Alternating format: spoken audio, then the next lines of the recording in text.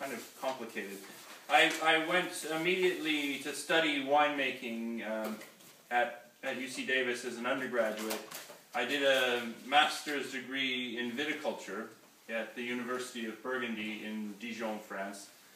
And my first job in the wine industry was as the assistant winemaker to John Consgard at Newton Vineyard.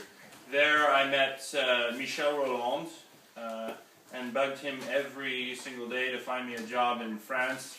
And he found me a job which I was thoroughly unqualified for as the winemaker for Trollong-Mandeau in Saint-Emilion, Grand Cru Classé at that time, Premier Grand Cru Classé now.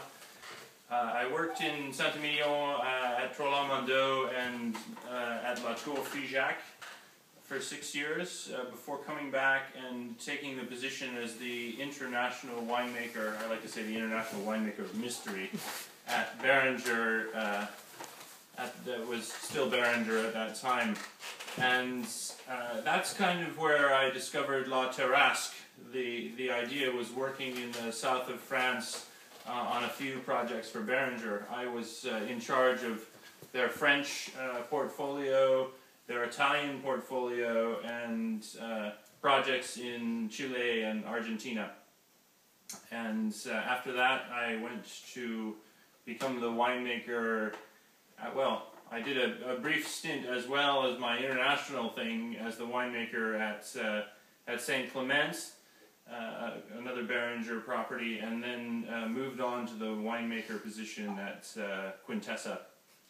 And in 2007 I left Quintessa to do consulting work and also to start my own wine, Pott wine. So La Tarasque is a dream that stems from this era at Beringer. I met several different growers at that time that were growing incredible old vine Grenache and Syrah.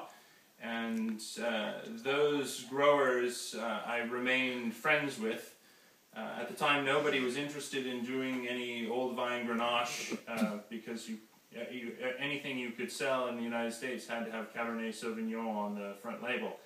So no one was interested in making wines with Grenache at the time, and I tried to push that with Beringer, and they were not interested. But now I think we're in a new era, and I think Grenache is becoming one of the most popular, one of the more popular varietals, and with reason. I think it's a very dense and very soft and wine that can go with a lot of different foods and is very versatile at the table and away from the table in the case of La Tarasque, which is very easy to drink by itself. But so I met these essentially 10 growers at the time, and they form the backbone of La Tarasque. All of them have Grenache.